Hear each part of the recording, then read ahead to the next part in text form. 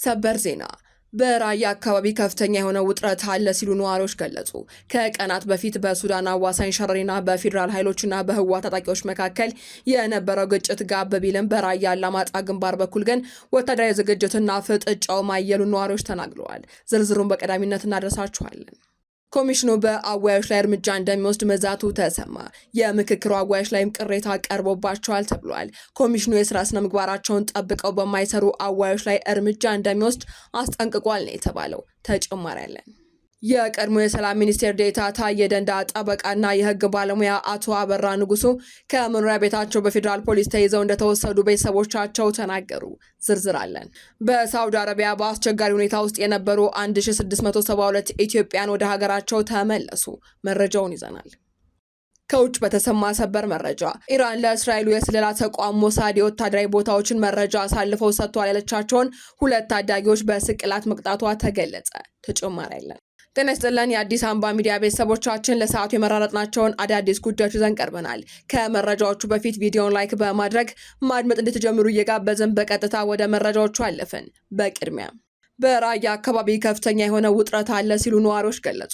ከቀናት በፊት በሱዳን አዋሳኝ ሸረሪና በፌዴራል ኃይሎችና በህወሓት ታጣቂዎች መካከል የነበረው ግጭት ጋብ ቢልም በራያ አላማጣ ግንባር በኩል ግን ወታደራዊ ዝግጅቱና ፍጥጫው ማየሉ ነዋሪዎች ተናግረዋል። ስማቸው እንዳይጠቀስ የፈለጉ የአላማጣ ከተማ ነዋሪዎች እንዳሉትም የህወሓት ሰራዊት በራያ ግንባር በጨርጨር በቢሶበርና ሌሎች አካባቢዎች ተሰማርቷል ብለዋል። ህወሓት ሰራዊቶችን በብዙ አርሚዎች በራያ ግንባር አሰማርቷል ተብሏል። አርሚዎቹም ለጦርነት ዝግጁ እንዲሆኑ መመሪያ ወርዶላቸዋል ተብሏል። ዝግጅቱ ያለው አሁን በጨርጨር በኩልና በቢሶበር ነው። በዛ ቡታ መርፌ አካባቢም አለ ብለዋል። በተጨማሪም በዋጃ ቆቦ በጀራርቶ ጀምሮና በዳኒ ያለኮ በሰሌን ውሃ በላይ በር አካባቢዎች ያለው አካባቢ አሁንም ዝግጁ ነው ተብሏል። የዋጃ መስመር ተከትሎም የራሳቸውን አርሚ አዘጋጅተዋል። መካናይዝ ጦርን በማንቀሳቀስ ቦታውን እያስያዙ ነው ተብሏል። ህወሓት አሁን ባለው ወታደራዊ ዝግጅትና እንቅስቃሴ ጦርነቱ በማንኛውም ጊዜ ሊጀምር ይችላል የሚሉ የራያ ወረዳ ነዋሪዎችም ጦርነቱ በተጀመረ ቁጥር ጉዳት የሚደርስበት የራያ ማህበረሰብ በእጅጉ ነፃነቱን ይሻል ብለዋል። የምክክሩ አወያዮች ላይ ቅሬታ ቀረበባቸው። ኮሚሽኑ የስራ ስነ ምግባራቸውን ጠብቀው በማይሰሩ አወያዮች ላይ እርምጃ እንደሚወስድ አስጠንቅቋል። ከአወያይነት ሚናቸው ውጪ እንደ ተመካካሪ በምክክር ሂደቱ ለመሳተፍ የሞከሩና ለተመካካሪዎች ምክረ ሀሳብ በማቀበል ያልተገባ ድርጊት የፈጸሙ አወያዮች መኖራቸውንም በውይይቱ ላይ መነሳቱን የተናገሩት ምንጮች መሰል ድርጊት በድጋሚ መፈጸሙ ከተረጋገጠ እርምጃ እንደሚወስድ በውይይቱ ላይ የተሳተፉ ኮሚሽነሮች ማሳሰባቸው ተገልጿል። በሀገራዊ ምክክር ጉባኤው 20ኛ ቀን ውሎ ሐምሌ 27 ቀን 2018 ዓ.ም ይጀምራል ተብሎ የነበረው ቢሆንም የርዕሰ ጉዳይ ተመካካሪ ቡድን ምክክር ሳይጀምር ቀርቷል ተብሏል። የሀገራዊ ምክክር ኮሚሽን ኮሚሽነር ፕሮፌሰር መስፍን አርአያ ሐምሌ 4 ቀን 2018 ዓ.ም በሰጡት መግለጫ በስልታዊ ቡድኖች ደረጃ የሚካሄደው ምክክር መጠናቀቁን ገልጸው የነበረ ቢሆንም ኮሚሽኑ እስከ ሐምሌ 29 ድረስ የስልታዊ ቡድኖች ምክክር እንዲቀጥል መወሰኑም ተናግረው ነበር። ይሁንና ኮሚሽኑ ቀደም ሲል ይፋ ባደረገው መሰረት 8ቱ የርዕሰ ጉዳይ ተመካካሪ ቡድኖች በአጀንዳዎች ቻቸው ዙሪያ በምሁራን ፓናል አማካኝነት ማብራሪያ ቀርቦላቸዋል። ከማብራሪያው በኋላ ግን የስልታዊ ቡድኖች ምክረ ሀሳብ የሚያጠናክሩ ተወካዮች ዳግም ምክረ ሀሳብ ወደ ማጠናከር ስራቸው እንዲመለሱ መደረጋቸው ተሰምቷል። ኮሚሽኑ ቅዳሜ ሐምሌ 25 ቀን 2018 ዓ.ም የምክክር ሂደቱን እየመሩ ከሚገኙ አወያዮች ጋር ውይይት ማድረጉን የተገለጸ ሲሆን በውይይቱ ምክክር የደረሰበት ደረጃ ከተገመተ በኋላ ወደ ቀጣዩ ምዕራፍ ለመሸጋገር ተጨማሪ ቀናት እንደሚያስፈልጉት መረጋገጡ ተጠቁሟል። ምክክሩ በሁሉም ቡድኖች እኩል እየተራመደ አለመሆኑን በውይይቱ ተገልጿል።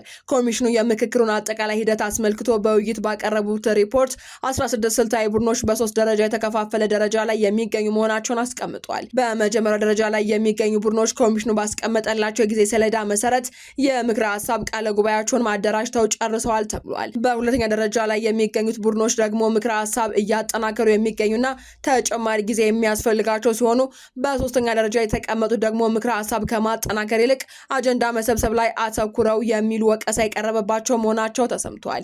ይህንን መሰረት በማድረግም ሰኞ ሐምሌ 27 ሊጀምር የነበረው የርዕሰ ጉዳይ ተመካካሪ ቡድን ምክክር በ3 ቀናት ያህል እንዲራዘም መወሰኑ ተረጋግጧል። ሶስተኛ ሳምንቱን እያጠናቀቀ በሚገኘው የምክክር ሂደቱ ወደ ኋላ ተመልሰው አጀንዳ ማሰባሰብ ላይ አተኩሯል የተባሉ ስልታዊ ቡድኖችም ተመካካሪዎችን ወደ ስምምነት የሚያደርሱ ምክረ ሀሳቦችን ከማደራጀት ይልቅ ዝርዝር ጉዳዮች ላይ ትኩረት አድርገዋል በሚልም መገምገማቸውን ተነግሯል። ተመካካሪዎቹ የወከላቸውን ማህበረሰብ ጥያቄ ለማቅረብ ያደረጉት ጥረት የምክክር ሂደቱ በተቀመጠለት ጊዜ እንዳይጠናቀቅ አድርጓል በሚልም በውይይቱ ላይ ተነስቷል። 10 አባላት ባሉት ጥቃቅን ቡድን እንዲሁም 50 አባላት ባሉት ንዑስ ቡድን ደረጃ የተካሄዱት ምክክሮች ተመካካሪዎች መነሳት አለባቸው የሚሏቸውን ጉዳዮች የሚያነሷቸው እንዲሁም ታቅደው የተቀረጹ መሆናቸውን የተጠቆመ ሲሆን 250 አባላት ባሏቸው ስልታዊ ቡድኖች ደረጃ የሚደረገው ምክክር ግን ምክረ ሀሳቦች መጠናቀር የሚጀምሩበት ሂደት እንዲሆን ተደርጎ የተቀረጸ መሆኑ ተገልጿል። ይሁንና በዚህ ሂደት ምክረ ሀሳቦችን በተፈለገው መንገድ ያላጠናከሩ ስልታዊ ቡድኖች ጥቂት የማይባሉ መሆናቸው ተነግሯል። በዚህም በርዕሰ ጉዳይ ተመካካሪ ቡድኖች ደረጃ የሚካሄደው ምክክር ለሐሙስ ሐምሌ 30 ቀን እንዲጀምር ተለዋጭ እቅድ መያዙንም ተረጋግጧል። ጠበቃና የህግ ባለሙያው አበራ ንጉሱ በፖሊስ ቁጥጥር ስር ዋለ። የቀድሞ የሰላም ሚኒስቴር ዴታ ታዬ ደንዳ ጠበቃና የህግ ባለሙያው አበራ ንጉሱ ትላንት ጠዋት 1 ሰዓት ተኩል ላይ ከመኖሪያ ቤታቸው በፌዴራል ፖሊስ ተይዘው እንደተወሰዱ ቤተሰቦቻቸው ተናግረዋል። የፖሊስ አባላቱ የጠበቃውን 2 የእጅ ስልኮች ከመውሰድ ውጪ የቤት ብርበራና ፍተሻ አላደረጉም ተብሏል። አበራ በምን ጉዳይ እንደተጠረጠራቸውና ወደ የትኛው ፖሊስ ጣቢያ እንደሚወስዷቸውም አለመናገራቸውን ተናግረዋል። በመሆኑም እስከ ትላንት 10 ሰዓት ድረስ አበራ በየትኛው ፖሊስ ጣቢያ እንደታሰሩ በእርግጠኝነት እንደማያውቁም ቤተሰቦቻቸው ገልጸዋል። አበራ በምስረታ ሂደት ላይ ያለ የፖለቲካ ፓርቲ ከሌሎች ሰዎች ጋር በማደራጀት ላይ እንደነበሩ ተጠቁሟል። በሳውዲ አረቢያ በአስቸጋሪ ሁኔታ ውስጥ የነበሩ 1672 ኢትዮጵያን ወደ ሀገራቸው ተመለሱ። በሳውዲ አረቢያ በአስቸጋሪ ሁኔታ ውስጥ የነበሩ 1672 ኢትዮጵያን በሳምንት ውስጥ በተደረገ 8 ዙር በረራ ወደ ሀገራቸው ተመልሰዋል ተብሏል። ከተመላሾቹ መካከል 1670 ወንዶች፣ 1 ሴት፣ 1 ጨቅላ ህጻን እንዲሁም እድሜያቸው ከ18 ዓመት በታች የሆኑ 34 ታዳጊዎች ይገኙበታል። መስከረም 5 ቀን 2018 ዓ.ም በተጀመረው በዚህ ዜጎችን ወደ ሀገር ቤት የመመለስ ዘመቻ እስካሁን ከ90 ሺህ በላይ ኢትዮጵያን መመለስ ተችሏል ተብሏል። የሴቶችና ማህበራዊ ጉዳይ ሚኒስቴር እንዳስታወቀው ህገወጥ የሰዎች ዝውውርን ለመከላከል የህብረተሰቡን ግንዛቤ ለማሳደግና ደህንነቱ የተጠበቀ ፍልሰትን ለማበረታታት እየተሰራ ይገኛል። በተጨማሪም ከባለድርሻ አካላት ጋር በመቀናጀት ለተመላሾች በአየር ማረፊያና በማቆያ ማዕከላት አስፈላጊውን ድጋፍ በማድረግ ከቤተሰቦቻቸው ጋር የማቀላቀል ስራው ተጠናክሮ እንደሚቀጥል ተገልጿል። ከውጭ በተሰማ ሰበር መረጃ ኢራን ለሞሳድ ሰድለዋል ያለቻቸውን ታዳጊዎች በስቅላት ቀጣች። ኢራን ለእስራኤሉ የስለላ ተቋም ሞሳድ የወታደራዊ ቦታዎችን መረጃ አሳልፈው ሰጥተዋል ስትል የከሰቻቸውን 2 ታዳጊዎች በስቅላት መቅጣቷ ተገልጿል።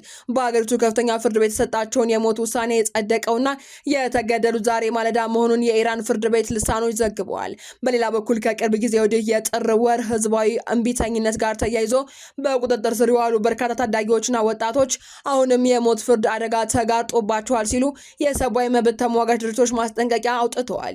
የኢራን የህፃናትና መብት ተሟጋች ማህበርና የህፃናት ፍትህ ማዕከል በጋራ ባወጡት መግለጫ በቅርቡ የ20 ዓመት ወጣት መገደሉን ተከትሎ የ18 ዓመቱን ተጨምሮ ሌሎች ወጣቶች በማንኛውም ጊዜ ሊረሸኑ ይችላሉ በሚል ስጋታቸውን ገልጸዋል።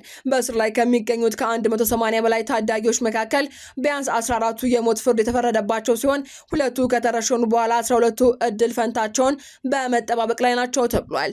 የሰብአዊ መብት ተቋማቱ ኢራን እድሜያቸው ከ18 ዓመት በታች በነበረበት ወቅት በተፈጸሙ ድርጊቶች ታዳጊዎችን ለሞት ፍርድ በመዳረግ ዓለም አቀፉን የህፃናት መብቶች ኮንቬንሽን እየጣሰች ነው ሲሉ ወንጅለዋል። የኢራን ባለስልጣናት ግን አለብን ከሚሉት ስጋት አንጻር የሞት ፍርዱም ሆነ ሌሎች ቅጣቶች ተመጣጣኝ ነው ባይ ናቸው። ዜናዎቻችን አበቃን። በሰላም ቆዩን።